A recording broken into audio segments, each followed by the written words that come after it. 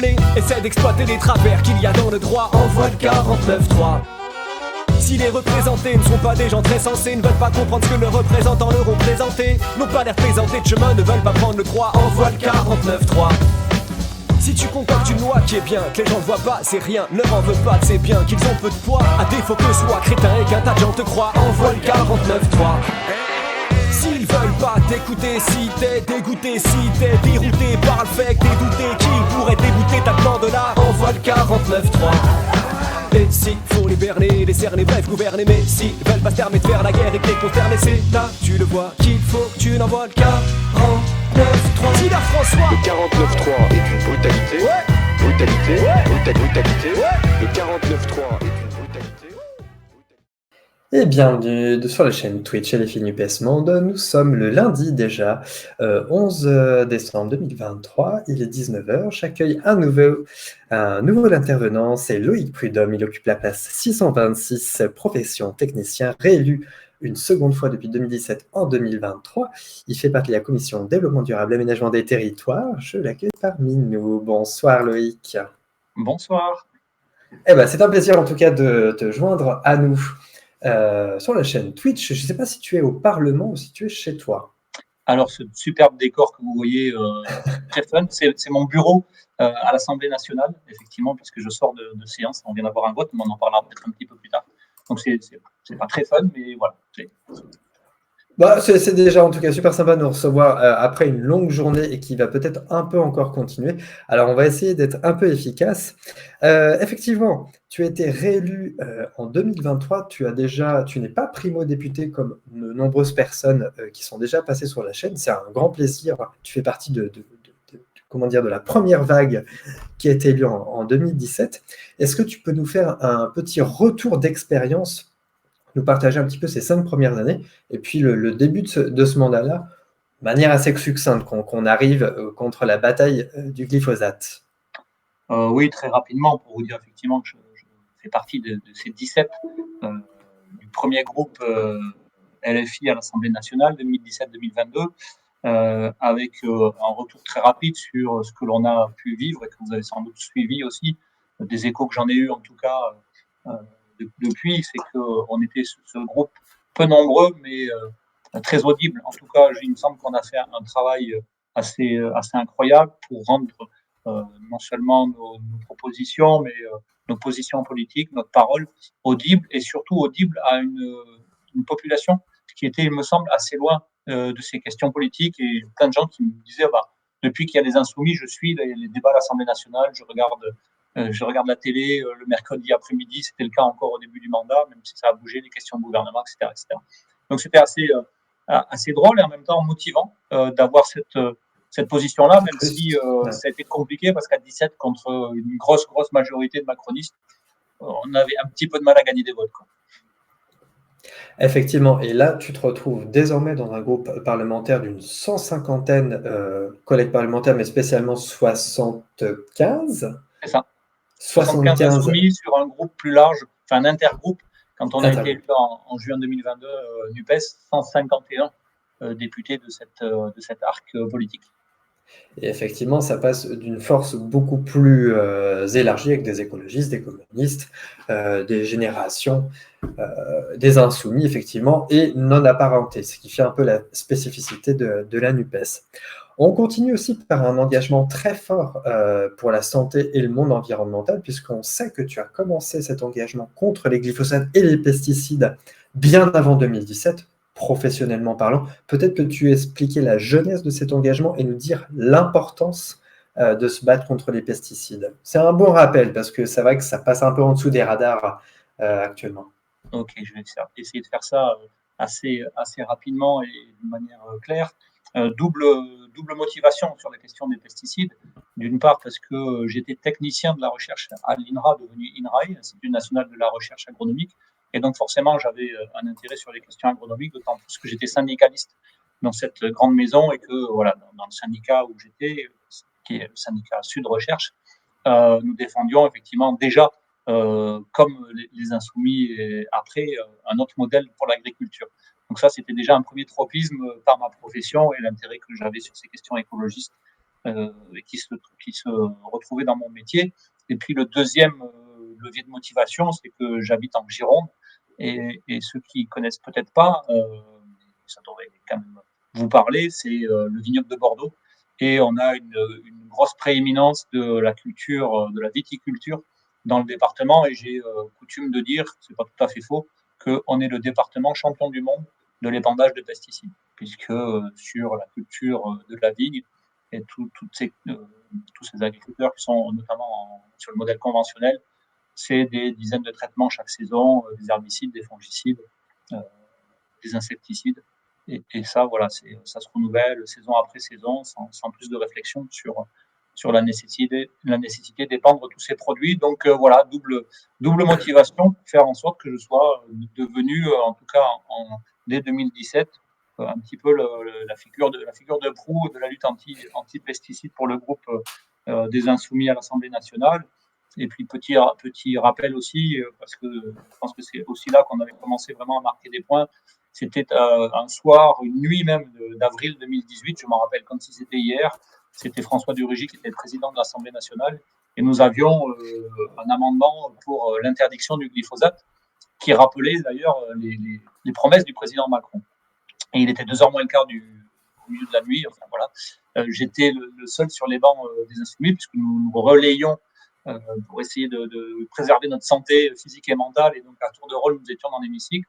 Et François de Rugy prolonge la séance pour faire voter ce truc-là un petit peu en loose day au milieu de la nuit. Et donc j'avais les délégations du président Mélenchon pour demander un scrutin public. Et c'est grâce à ma présence et à cette demande qu'on a pu savoir effectivement qui étaient tous ces députés qui nous voulaient du bien en réautorisant le glyphosate. Voilà, pour rappel. Et majoritairement, ces députés étaient de l'autre côté de l'hémicycle, j'imagine. Bien sûr. Les macronistes en les macronistes. Très grand nombre. Tu ne t'es pas fait que des amis, tu as aussi un très grand nombre d'adversaires politiques et économiques. Tu interviens souvent sur la chaîne YouTube et tu as partagé une vidéo très intéressante du président de l'EFSA, sur lequel a été mentionné concernant les évaluations des glyphosates. Est-ce que tu peux nous redire un petit peu cette actualité? Quel était le cadre de cette intervention et qu'est-ce qui en était dit? C'est intéressant que tu le partages parce que ça va mettre un petit peu la lumière sur ton investissement parlementaire. Oui, alors j'ai effectivement un intérêt particulier sur ce qu'on appelle les agences réglementaires qui ont pour objet d'autoriser les pesticides notamment, mais d'autres substances.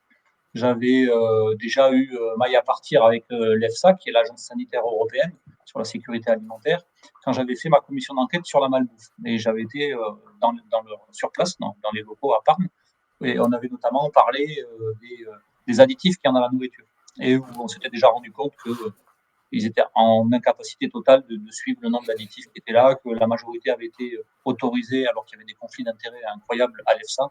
Voilà, donc j'ai cette attention particulière sur les agences réglementaires. Et on en a une en France qui s'appelle l'Agence nationale de sécurité, l'ANSES, de sécurité sanitaire et du travail, je ne sais pas quel est son acronyme exact, qui elle a vocation à donner des autorisations de mise sur le marché des produits et des pesticides ici sur le territoire national. Donc je suis ça particulièrement de près. Et du coup, il y a une commission d'enquête qui a été lancée par un député socialiste au mois de juin 2023, une commission d'enquête sur l'échec en fait des plans éco-phyto, qui était un plan gouvernemental qui visait à réduire il y a quelques années déjà l'utilisation des pesticides de 50%, alors qu'ils ont augmenté de 25%, donc c'était un bel échec, ou une belle réussite. Wow. Si on est applaudi, ouais, plutôt de côté, ouais. Voilà de quel côté on parle. Et donc, dans le cadre de cette commission d'enquête, je suis membre simplement de la commission et j'étais assez assidu aux auditions et notamment à celles des agences réglementaires et particulièrement de l'EFSA, cette agence sanitaire européenne. Et j'ai posé des questions effectivement au chef du département des produits réglementés, M. Decèze, et je lui ai demandé un petit peu quelle était sa vision, parce que j'ai quand même beaucoup travaillé sur la question, entre ce que disent les études académiques. On le voit, le CIRC, beaucoup d'études, des centaines, disent que le glyphosate est cancérogène. Et puis les études réglementaires de l'EFSA qui nous disent non, il n'y a pas de problème, quasi tu peux en boire au petit déjeuner du glyphosate et tout va bien. Et le gars, sans se démonter, il nous dit oui, effectivement, il y a quand même une différence entre la science académique et la science réglementaire, mais on travaille dur pour combler le fossé qui est entre les deux, quoi. Donc, en gros, ils font un petit peu n'importe quoi en termes d'études scientifiques. En tout cas, ils se basent sur les études des industriels, mais ils travaillent à ce que ça s'améliore. Donc, pas d'inquiétude, les amis, vous pouvez continuer à boire, respirer des pesticides. Pour l'EFSA, il n'y a aucune urgence et il n'y a pas d'alarme. Enfin, voilà, c'était pour résumer un petit peu le cadre de l'audition avec M. Decèze et ce qu'il a pu dire publiquement. C'est aussi intéressant d'avoir ce rôle à jouer en tant que parlementaire. On n'a pas beaucoup de leviers de pouvoir, mais dans des commissions d'enquête, à force de les relancer, de les saouler vraiment avec mes questions, on arrive à arracher des aveux qui servent aussi dans des procédures après, parce que on va sûrement en reparler, mais on va rediscuter cette autorisation du glyphosate, on va la contester devant les tribunaux, et ça c'est important d'avoir aussi ces aveux des agences réglementaires. Dans la vidéo, on sent, je l'ai vu aussi, je l'ai mis à disposition, on pourrait la retrouver sur la chaîne de Loïc et sur la chaîne Twitch, il transpire. Il transpire, le fait est que les évaluations, oui, elles ont été faites. Non, en fait, après, tu reviens dessus, tu remets la charge. Non, mais écoutez, les évaluations, elles n'ont pas été faites. Enfin, c'est pas sérieux. Comme tu dis, je trouvais ça assez incroyable entre le Macron de 2017 qui voulait, c'est ça l'opposition que je voulais faire. Le Macron de 2017 dit il faut arrêter les glyphosates, on se donne quelques années, machin chose. Et puis là, paf, ça revient à la charge, tout le monde vote. Pas d'évaluation faite. Et moi, j'ai noté que les sources scientifiques ne sont pas du tout partiales. Ça a été dit comme ça, en fait. Toi tu le dis plus clairement sur ta chaîne, mais il y a les entreprises, il y a les Monsanto, il y a pas Bachelor, je ne sais plus comment ils s'appellent, mais toutes ces entreprises-là subventionnent allègrement. Je pense que ça a été dit comme ça, en fait. Oui, il y a une réelle problématique sur les études qui sont dans les dossiers qui sont proposés par les Monsanto et leurs amis pour demander l'autorisation de pesticides. Et donc, déjà, ils donnent les études qu'ils veulent. Donc, ils font des études. S'il y en a une qui se passe un petit peu mal, ou tous leurs cobayes de laboratoire, leurs études, tout le monde meurt, bon, on la passe sous le tapis et ça va bien. Il y a des chercheurs, je ne l'ai plus trop là en tête, je crois que c'est des Autrichiens. Il y a un duo de chercheurs spécialistes en épidémiologie, qui sont vraiment des grandes pointures, qui ont fait une revue un petit peu des études qui étaient retenues dans les dossiers d'évaluation des industriels et qui a dit que dans la majorité des cas, plus 90%, c'est ni fait ni à faire, quoi. Ça ne tient pas la route, c'est pas correctement fait. Voilà. Donc il y a un réel souci. Et de l'autre côté, les agences réglementaires, elles refusent de retenir les études académiques qui sont proposées par des chercheurs indépendants, etc., au prétexte que ça ne rentre pas dans le cadre de ce qu'ils ont demandé, quoi. Donc, c'est pas les bonnes méthodes, c'est pas les bonnes études, c'est pas les bonnes analyses. Donc voilà. Donc il y a vraiment un jeu de dupes qui est mené par les agences réglementaires et les industriels pour biaiser entièrement les connaissances scientifiques et nous faire croire qu'il y a un doute. Alors vous comprenez, on n'est pas absolument sûr, les études ne sont pas probantes, donc dans ce cas-là, on continue, quoi. Ce qui revient à dire, ce que je leur ai dit, hein, c'est vrai pour beaucoup de tests, on est les cobayes, en fait. On est les cobayes de ces agro-industriels, puisque en fait, ils nous disent que non, il n'y a pas de risque, et puis on s'aperçoit que glyphosate, mais comme d'autres, hein, au bout de 10, 20 ans, 25 ans, il y a des molécules qui sont interdites parce qu'on s'aperçoit qu'elles ont des effets soit sur nous, soit sur nos gamins, soit sur la biodiversité. On les interdit au bout de 20 ans, et puis on en remet des nouvelles. Et puis ça reprend 20, 25 ans pour démonter les mensonges des agro-industriels, et c'est reparti pour un tour. Donc c'est un espèce de, moi j'appelle ça le tapis roulant là, des pesticides, c'est sans fin, quoi. Et tout ça parce que les autorités d'évaluation, les autorités sanitaires, elles ne font pas leur boulot correctement et elles nous disent ah oui mais vous comprenez, ça c'est aussi dans l'audition de M. Decèze et l'ANSES aussi, l'autorité nationale me l'a répondu déjà à plusieurs reprises, on n'a pas les moyens de tout étudier, quoi. Donc on est mais ça, c'est On n'a pas les moyens, on n'a pas la volonté politique. Les Ouais, scandales sont surtout ça. connus, les enquêtes sont fallacieuses, la législation est lente. Moi, j'ai envie de dire, quel contre-pouvoir avons-nous? Et là, je te mets dans les contre-pouvoirs, les associations avec lesquelles tu travailles. Et j'ai trouvé ça intéressant. Il y a notamment Secret Toxique, qui est une association qui a pris le nom de Secret Toxique. Est-ce que tu peux nous en dire plus? Et aussi des autres contre-pouvoirs avec lesquels tu travailles, puisque tu as fait par extension, je voulais dire un peu plus, un colloque à l'Assemblée nationale sur l'évaluation des produits des pesticides, carences et conséquences. Ça fait 3 heures à peu près dans le colloque. Alors, les amis qui regardent le Twitch, je vous invite à prendre le temps de le voir. Il y a c'est énormément de sources d'informations, énormément d'arguments. Des personnes interviennent dans la salle, posent leurs questions et il y a beaucoup d'échanges. Donc, survolez-la, mais regardez quand même les différentes interventions. C'est assez riche. Les contre-pouvoirs, peux-tu nous en dire plus du coup? Oui, alors les contre-pouvoirs, c'est le travail effectivement qu'on peut faire, ce que je disais, les parlementaires, les auditions, etc., mais ça suffit pas. On voit parce qu'aujourd'hui on est minoritaire et qu'effectivement Macron avait promis, mais c'était déjà des mensonges. Donc moi je travaille depuis plus de 3 ans avec une coalition d'associations qui s'appelle Secret Toxique. Donc on retrouve dedans des associations comme Génération Future que vous connaissez et d'autres. Donc il y a plus d'une quarantaine d'associations locales et nationales qui sont dans cette coalition. Et on est un certain nombre de parlementaires nationaux, de parlementaires européens, de gauche et écolo plutôt, pour pas dire exclusivement. Et on travaille avec Secret Toxique, avec cette coalition justement, à documenter et démontrer que les évaluations, elles sont faites, ce que je disais juste avant, par-dessus la jambe. Elles sont ni fait ni à faire et que elles sont non seulement mal faites, mais surtout elles sont faites en contradiction avec la réglementation européenne elle-même. C'est-à-dire qu'il y a des directives européennes qui précisent dans quelles conditions ces évaluations doivent être faites, notamment le fait que toutes les substances actives doivent faire l'objet au niveau européen d'une évaluation à long terme, donc ces effets à long terme. Et ça, on démontre avec Secret Toxique, et on est en train de poursuivre le travail, que ces évaluations, contrairement à ce qui est écrit dans les textes, ces évaluations ne sont pas faites. Et donc là, on a déjà mis l'ANSES face à ses responsabilités, l'EFSA face à ses responsabilités, ils ont été obligés d'avouer qu'ils ne le faisaient pas.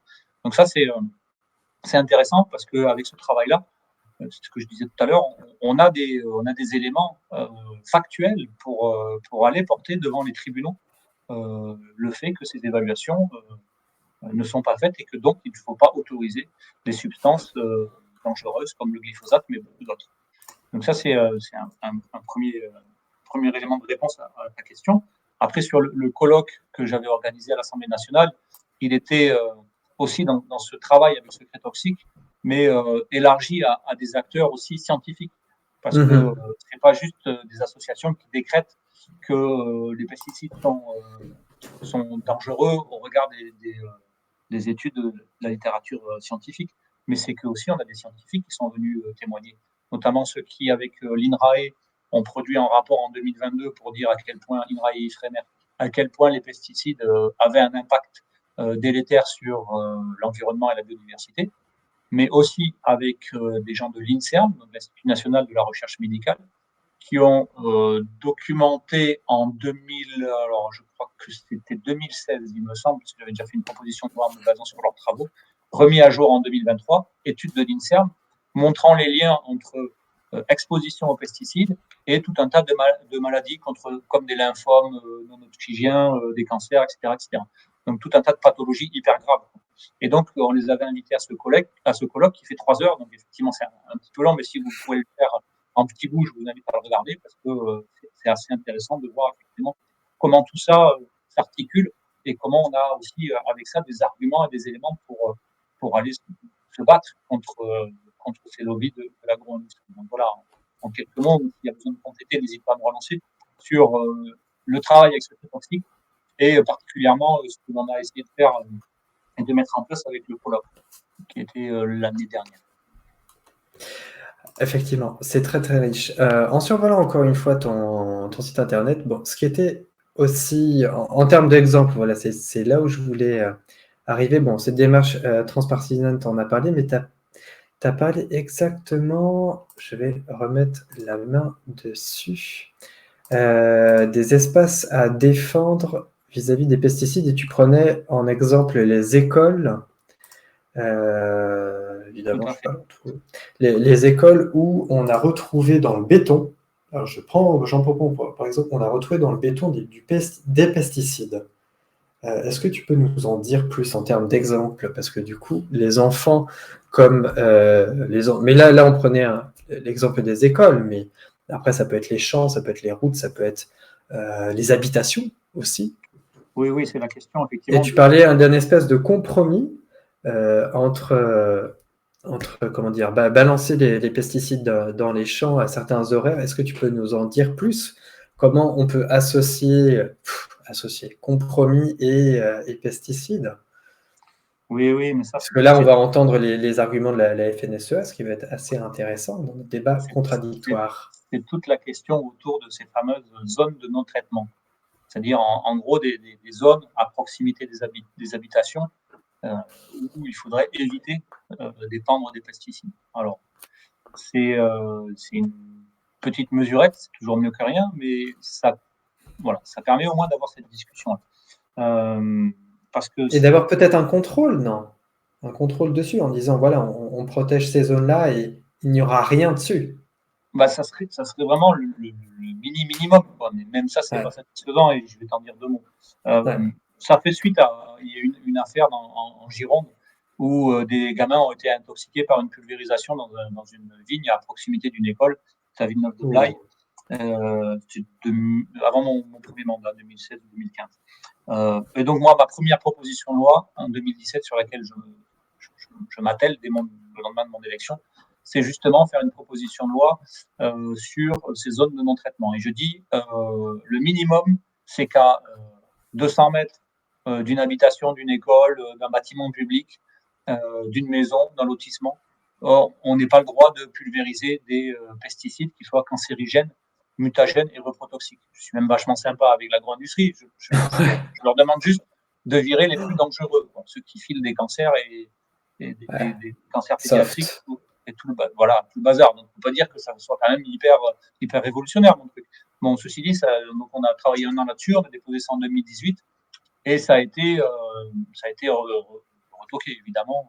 Voilà, il n'y a pas d'espoir que ça passe. Mais néanmoins, le débat a perduré autour de ces questions de zones de non-traitement. Et à force de mettre des coups de boutoir, des associations, de l'opposition, l'Agence nationale de sécurité sanitaire, l'ANSES, a été obligée effectivement d'émettre des préconisations sur ces zones où il faudrait faire attention. Alors, c'est un truc incroyable. Hein. Eux, ils ont découvert que finalement, avec 10 mètres, ça suffisait. Que les gouttes de pesticides et les vapeurs et les nuages, tout ça, c'était comme le nuage de Tchernobyl, tu sais, quand tu pulvérises, Il s'arrête à la frontière. ça tombe tout de suite et ça s'arrête à la clôture. C'est 10 mètres. Et puis, si tu as la chance d'avoir une haie qui protège l'école, tu peux même faire à 5 mètres parce que la haie n'arrête pas. Donc, un gros foutage de gueule, hein, pardon d'être un peu trivial, mais je ne sais pas comment appeler ça autrement. Donc, tu peux y aller avec des pesticides cancérogènes et mutagènes à 5 mètres des écoles.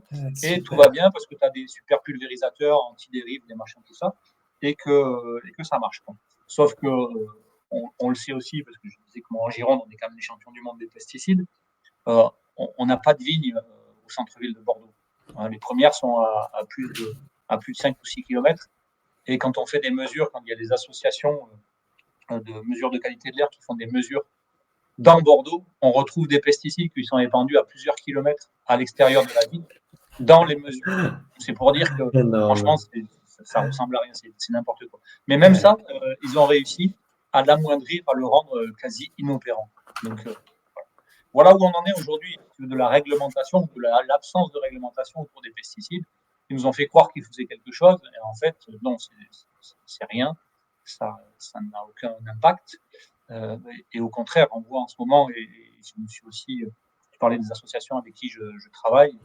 Il y a une association dont le nom m'échappe, mais qui est sur La Rochelle, et qui travaille sur un cluster de cancer pédiatrique, et que je soutiens dans son combat pour faire en sorte qu'on arrive enfin à avoir des normes. Il y a 48 pesticides dans l'air, dans la plaine là où vivent ces gens-là.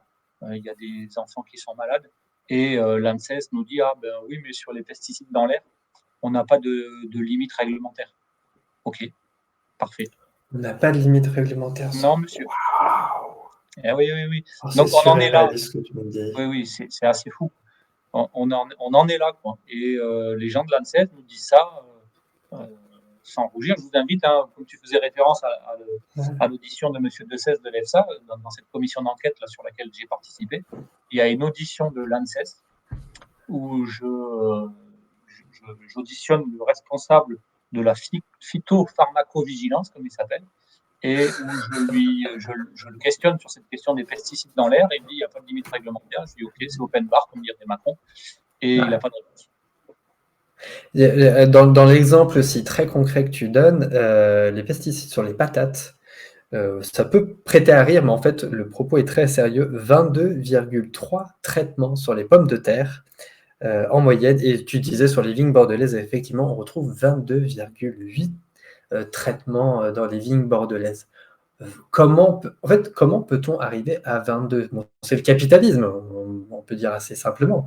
Mais comment on y arrive alors qu'on arrive très bien à faire, comme tu le dis, du vin biodynamique, bio tout court? Ouais.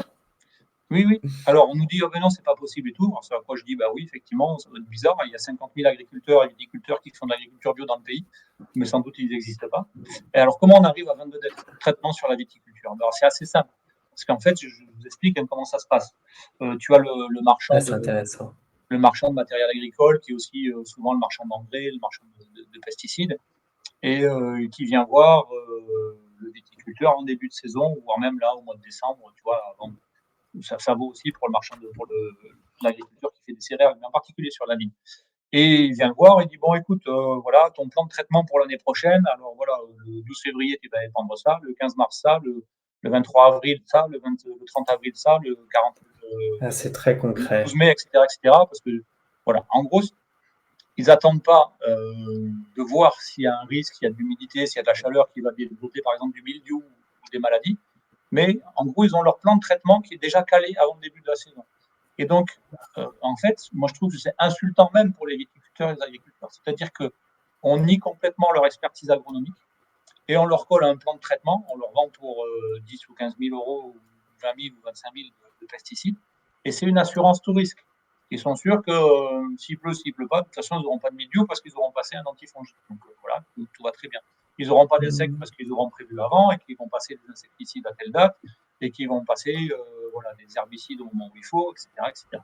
Bon, donc voilà comment ça fonctionne et c'est vrai pour les grandes cultures et pour le reste. C'est-à-dire qu'en fait, tu as les gens qui sont là pour te conseiller, qui sont aussi ceux qui te vendent des pesticides. Alors une des grandes avancées, soi-disant, de la loi du précédent mandat qui s'appelait Egalim, c'était de dire on va séparer le conseil de la vente. C'est-à-dire qu'en gros, le conseiller ne sera pas celui qui te vendra tes pesticides. Bon, ça c'est absolument inopérant. Ça ne fonctionne toujours pas. Et donc, voilà. Donc, ça continue comme ça, où tu as le vendeur de pesticides qui vient te faire ton plan agronomique de traitement. Bon. C'est assez triste parce que je pense qu'on a des agriculteurs qui sont plus diplômés que jamais ils l'ont été. Aujourd'hui, pour t'installer, il faut vraiment avoir des diplômes et une expertise agronomique. Sauf qu'on ne leur laisse même pas le loisir, d'appliquer leurs connaissances. Et je trouve que c'est même, moi je le dis souvent, hein, c'est insultant par rapport à leur expertise. C'est une vraie perte de savoir-faire, effectivement. Bon, bah, on reste calme et on continue à boire du vin avec des pesticides.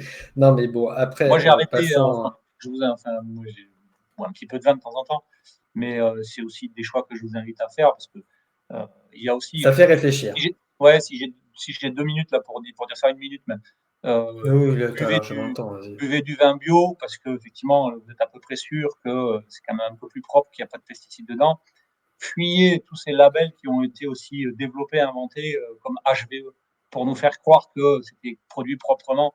Et on a des associations qui ont fait des analyses sur les vins HVE. Il y a des pesticides à l'intérieur. C'est une lanceuse d'alerte qui s'appelle Valérie Murat et son association s'appelle Alerte aux toxiques, qui a été condamnée par le Conseil interprofessionnel des vins de Bordeaux à 125 000 euros d'amende pour dénigrement. C'est la plus grosse amende en Europe, procédure Bayon, comme on dit, hein, pour la faire taire. Bon, pas de bol pour eux, elle a fait une super cagnotte, on s'est tous mis derrière elle et elle a pu consigner les 125 000 € d'amende voilà, pour aller en appel. Mais voilà à quel point on en est aujourd'hui autour des pesticides, de l'omerta et du refus de changer de modèle. Est-ce que peut-être c'est une question un peu optionnelle, mais ces labels, comme tu dis, on ne peut plus leur faire confiance. On retrouve quand même des pesticides, je dirais pas label rouge, mais c'est quand on voit le petit label biologique avec la petite fleur, est-ce que ça vaut encore le coup de croire au combat pour le bio? Alors oui, le label agriculture bio, vous Ouais. pouvez faire confiance. Ouais. Ce sur quoi je vous mets en garde, c'est tous ces labels alternatifs qui ont été mis en place par le gouvernement Macron pour siphonner les aides à la bio et pour engendrer de la confusion auprès des On consommateurs. comprend mieux, voilà. Donc il y a notamment les trucs qui s'appellent HVE, haute valeur environnementale, ou non pas de haute valeur environnementale, c'est juste que l'agriculteur s'engage à respecter le mode d'emploi sur son bidon de phyto. Voilà, c'est qui met la dose, pas plus. Du coup, c'est dur. Voilà, vous avez tout un tas de trucs comme ça. Zéro résidu de pesticides, ça vous trouvez ça dans vos supermarchés. Aucun cahier des charges, aucune contrainte, aucun contrôle. Bon, bref. Donc, vous ne laissez pas berner par ces labels alternatifs. Si vous avez le choix, si vous pouvez manger du bio, label agriculture biologique. En tout cas, voilà, c'est le seul qui a une exigence. Est-ce qu'on peut se rapprocher de 50 millions de consommateurs? C'est bien comme ça pour en savoir plus. L'association de 50 millions de consommateurs qui conseille dans une moindre mesure, ou pas spécialement. Je pense que tu avais un avis dessus. C'est très clair. Il n'y a qu'un label aujourd'hui qui est contrôlé, qui, en tout cas pour les pesticides, est efficace, c'est l'agriculture bio. Donc, voilà. Donc, c'est un premier pas. Après, bien sûr, consommer local, consommer bio, les deux vont de pair. Ça, c'est une évidence. J'ai une question du chat sur YouTube. Je me pose des questions sur les Nutri-Score. Fiable ou pas? Alors là, on dérive un petit peu, quoique c'est quand même sur les mêmes thématiques, sur ce qui est dans nos... Ça reste dans le cadre. Que nous mangeons. J'ai beaucoup travaillé là-dessus. Si tu arrives à avoir une réponse pour Ami. Oui, bien sûr.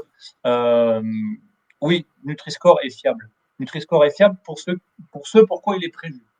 Il est prévu pour, dans une catégorie de produits. Par exemple, si tu veux acheter des céréales, ce que je vous déconseille de faire, si vous voulez acheter des céréales pour vos gamins le matin, dans la gamme de toutes les céréales, il va vous faire un classement avec ceux qui ont beaucoup de sucre, beaucoup de gras, des graisses insaturées, qui sont trop salées, etc.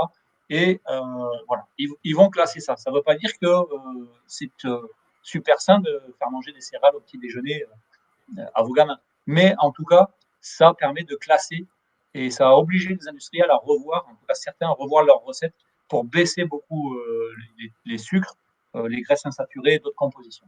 Donc ça marche pour ça. Et je pense qu'il faut le faire. Mais ça n'est pas suffisant. Moi, je le dis depuis le début et ça a commencé à bouger, y compris le promoteur, celui qui a inventé le Nutri-Score, le professeur Serge Herbert, a fini par aller sur la même position que moi. C'est-à-dire qu'il faut aussi doubler ce Nutri-Score d'un score d'ultra-transformation.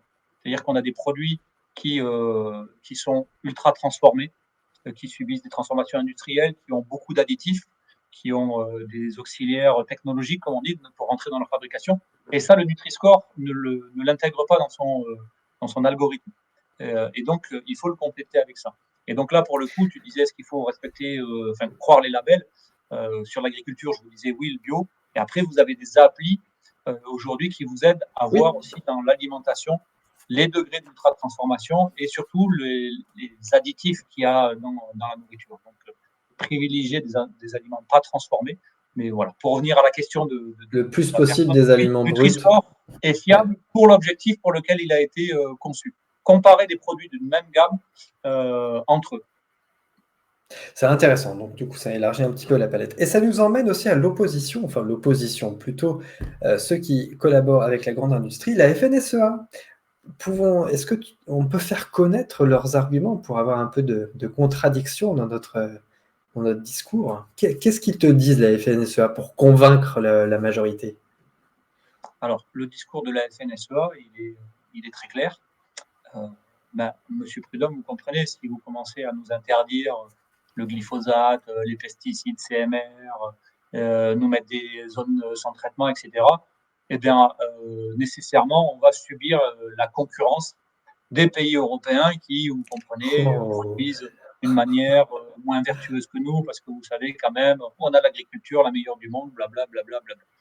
Alors, ce à quoi je leur réponds, mais si vous espérez vous aligner pour faire aussi sale que tous les autres pays européens les plus sales, vous pouvez toujours essayer, mais il y en a toujours un qui produira plus salement et moins cher que vous. Donc ça ne marche pas, la course vers le bas. Nous, ce qu'on dit, c'est qu'effectivement, il faut avoir une exigence haute sur la qualité de nos produits, mais il faut protéger effectivement le marché sur ces exigences. C'est pour ça que dans notre programme dès 2017, on l'a réaffirmé en 2022, la question du protectionnisme écologique et solidaire, il est dans notre programme. C'est-à-dire qu'il est hors de question que si vous produisez des fruits et des légumes de manière vertueuse en interdisant un certain nombre de molécules, qu'on fasse rentrer les mêmes produits en Lettonie, en Roumanie, en Italie, je ne sais où, avec des pesticides interdits dans notre pays. Donc ça, c'est une évidence. Et ça, on sait le faire, parce que je le rappelle aussi, c'est que ça s'est déjà produit. C'était pas un révolutionnaire qui l'avait mis en place, c'était au mandat avant 2017, avant Macron, c'était le socialiste Le Foll qui était ministre de l'Agriculture. Il avait interdit l'importation des cerises produites en Italie notamment avec du diméthoate qui était un produit absolument terrible, parce qu'on l'avait interdit en France pour lutter contre une mouche. Et donc, on a dit, il n'y a pas de raison qu'on l'interdise en France et qu'on fasse rentrer des cerises produites ailleurs avec ce produit. Donc, on sait le faire, c'est possible. C'est une volonté politique, une fois de plus. Donc, moi, ce que je dis à la FNSEA, non, arrêtez de nous faire croire que les normes vous étranglent. Nous, on veut qu'elles vous protègent. Et puis, par ailleurs, je leur rappelle aussi qu'ils se plaignent aujourd'hui de la concurrence de ceux qui produisent plus salement qu'eux ou sans normes. Mais je leur rappelle aussi que ceux qui ont voulu se remettre entièrement dans la main invisible du marché, la concurrence libre et non faussée, c'est eux, c'est leurs syndicats qui, quand on était encore avec du protectionnisme de la PAC, avec des prix réglementés, des prix planchers, etc., c'était 92, c'est eux qui ont tout fait pour dégommer la PAC et son côté protecteur pour notre agriculture. Et maintenant, ils viennent nous pleurer dans les bras en nous disant « mais vous comprenez, vous ne pouvez pas faire ça ». Très intéressant en tout cas de connaître ces arguments et de faire la lumière en tout cas sur ce qui a été fait et ce que nous allons faire prochainement. L'heure tourne, ça passe déjà très vite et on arrive presque à la fin de l'émission. N'hésitez pas à reposer vos questions dans le chat. En tout cas, cette émission sera redisponible sur la chaîne YouTube et tous les réseaux sociaux de Loïc Prudhomme. On arrive à la fin et vers un petit peu d'actualité. Qu'est-ce qui se passe en Gironde et qu'est-ce qui se passe dans ta circonscription un petit peu pour connaître ton calendrier d'événements, de rencontres et comment on peut te solliciter, te rencontrer et te poser des questions. Ça fait tout plein de choses en même temps, mais je te laisse un petit peu égrener tes réponses. Ok. On va prendre une petite heure pour que je réponde à cette question. Donc, on va prolonger le Twitch. On essaye de faire en sorte qu'il se passe beaucoup de choses dans la circonscription. En tout cas, on essaye d'animer la vie publique, je veux dire, politiser les gens. On a fait un cycle là, de plusieurs conférences avec des constitutionnalistes, des philosophes comme Barbara Stiegler pour parler justement de la démocratie, des 49.3, dont vous avez sans doute entendu un petit peu parler, pour dire à quel point aussi on nous dit que le 49.3 est constitutionnel, donc vous n'avez rien à dire, c'est démocratique, etc., etc. Donc on a fait plusieurs conférences pour donner aussi des arguments aux gens, pas seulement aux insoumis, mais aux gens aussi qui s'intéressent à la vie politique, pour dire à quel point tout ça ne tient pas et donner des contre-arguments. Donc ça, c'est un travail de fond un peu qu'on fait de politisation.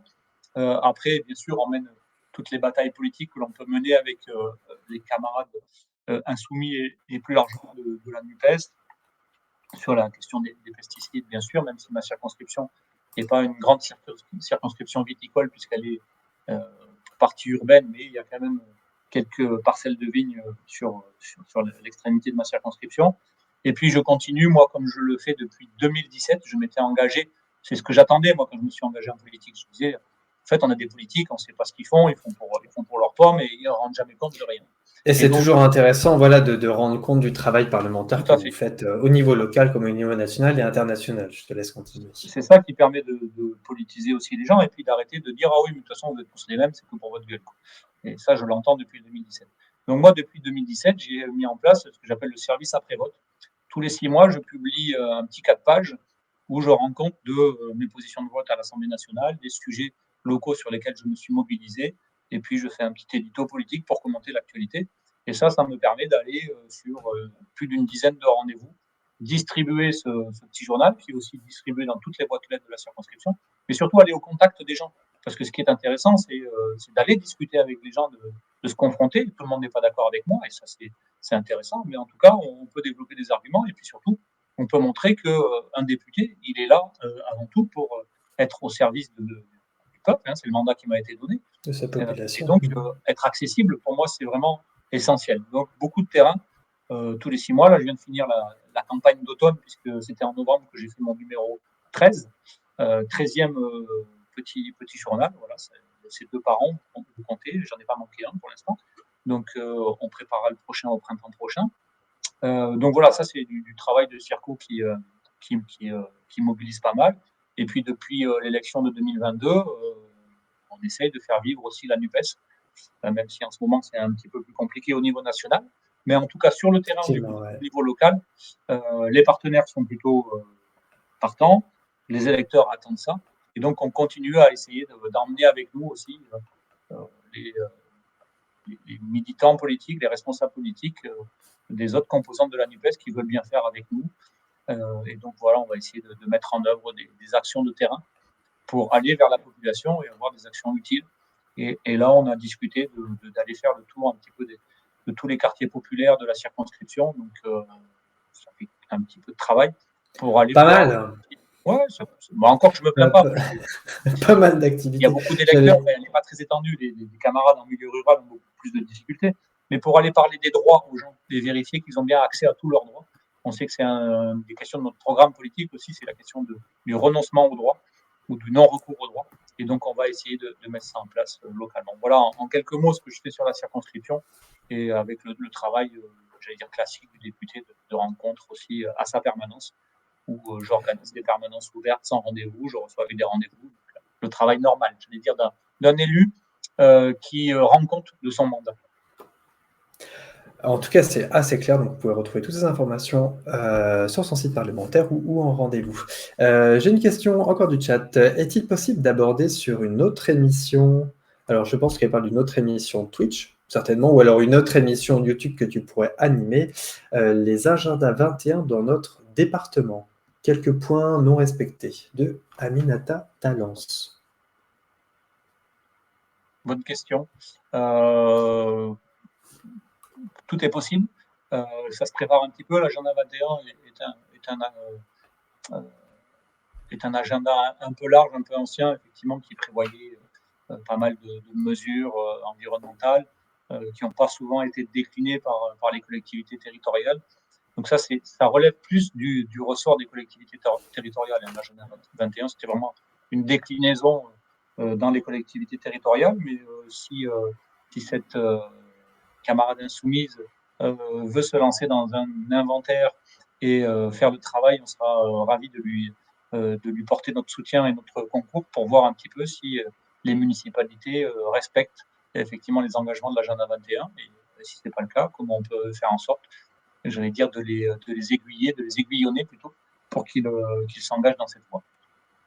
Donc j'invite cette personne du coup à prendre contact avec l'équipe parlementaire pour faire ou avec les insoumis avec les insoumis de Talence, les insoumis à Talence, voilà, ouais. Sur Action Populaire, ou de prendre contact. Le groupe, mais avec la permanence, avec grand plaisir. Voilà, donc ça peut être fait. Donc alors on arrive vraiment pile poil à la fin, donc je me permets un dernier point d'actualité avant de clore. Ce Twitch ça fait déjà près de 45 minutes, ça passe. À peine j'ai dit, voilà, à peine on a commencé, à peine on a terminé. Dernier point d'actualité, la motion de rejet, donc, du coup, vis-à-vis de la loi immigration Peux-tu nous redire combien de votes ont été contre et ce qui va suivre de ce rejet, du coup? Redis-nous un petit point d'actualité dessus. Alors ça, c'est l'actualité super chaude, puisque c'était il y a un petit peu plus d'1 heure en séance, c'est pour ça que j'étais aussi à l'Assemblée nationale.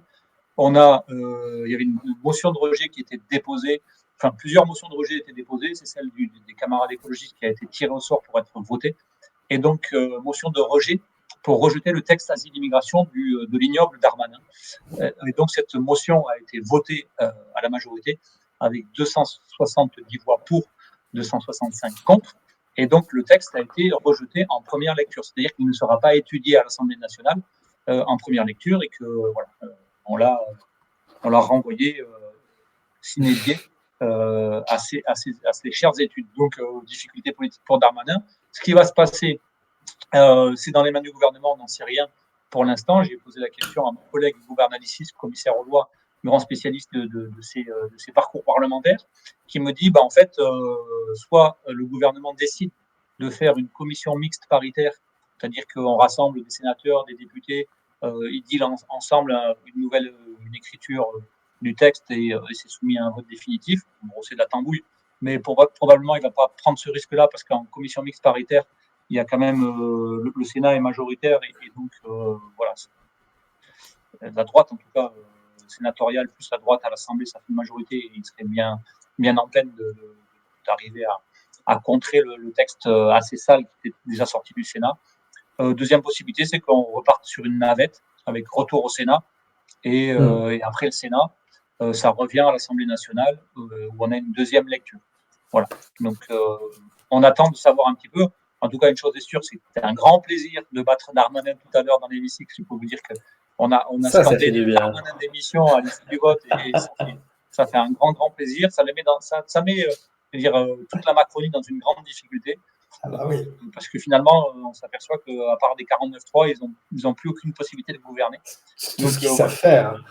Ils y sont contraints. Donc voilà sur l'actualité la chaude de ce soir à l'Assemblée. Donc affaire à suivre. On va voir quelle décision va prendre Darmanin le gouvernement sur la suite du texte. Nous, on leur dit, prenez ça, vous mettez tout ça à la poubelle, on va parler de choses plus intelligentes. Ça m'étonnerait qu'ils suivent notre conseil, mais ça serait peut-être bien la meilleure chose à faire. Effectivement, tu as raison. Eh bien, écoute, je te garde juste pour le mini débrief tout de suite après. Merci en tout cas d'avoir été très clair sur le glyphosate, sur les pesticides en général. C'est un sujet qu'on n'avait pas traité, encore une fois, bien qu'il y ait beaucoup de choses à traiter. Ça passe sous les radars et ça mérite quand même d'en parler, parce que c'est quand même c'est un problème de santé publique. Donc, c'est notre affaire à tous. Donc, informez-vous. N'hésitez pas à retrouver toutes les informations sur les réseaux sociaux de Loïc Prudhomme, de retrouver ce Twitch partagé. Je remercie ton équipe parlementaire sur laquelle je rappelle à chaque fois toujours qu'un député n'est rien sans son équipe parlementaire et sans lequel absolument, merci à vous. J'ai trouvé toutes les informations pour me renseigner. Donc, renseignez-vous, c'est important. Je lance le spot.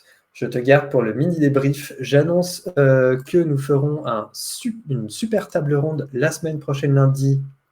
Le 18, oui, ça sera un lundi, soit je fais erreur de ma part, voilà, c'est ça. Lundi 18 prochain, avec Andy Kerbrat, député LFI de la Loire-Atlantique, Elsa Faucillon, député PCF des Hauts-de-Seine, Benjamin Lucas, député de Génération des Yvelines. Ne manquez pas ce rendez-vous, ça sera à 18h lundi prochain, table ronde sur la loi sur les migrations, défense des droits et libertés. Donc, je repartagerai le petit visuel prochainement, il sera diffusé partout et on va inviter pas mal de monde. Merci à toutes et à tous d'avoir suivi cette émission. Vous pouvez la retrouver en ligne. Merci à toi, Loïc. Je te garde encore 2 petites minutes tout de suite après le spot. À très vite. Je lance le spot, c'est fini. Si les 3 quarts des Français ont les sourcils froncés, va pas dégonfler, non, tu peux les enfler. Essaie d'exploiter les travers qu'il y a dans le droit. Envoie le 49.3. Si les représentés ne sont pas des gens très sensés, ne veulent pas comprendre ce que leurs représentants leur ont présenté, n'ont pas l'air présentés de chemin, ne veulent pas prendre le croix, envoie le 49.3. Si tu concoctes une loi qui est bien, que les gens ne voient pas, c'est rien, ne m'en veux pas, c'est bien qu'ils ont peu de poids, à défaut que soit crétin et qu'un tas de gens te croient, envoie le 49.3. S'ils veulent pas t'écouter, si t'es dégoûté, si t'es dérouté par le fait que t'es douté qu'ils pourraient débouter ta plan de là, envoie le 49.3.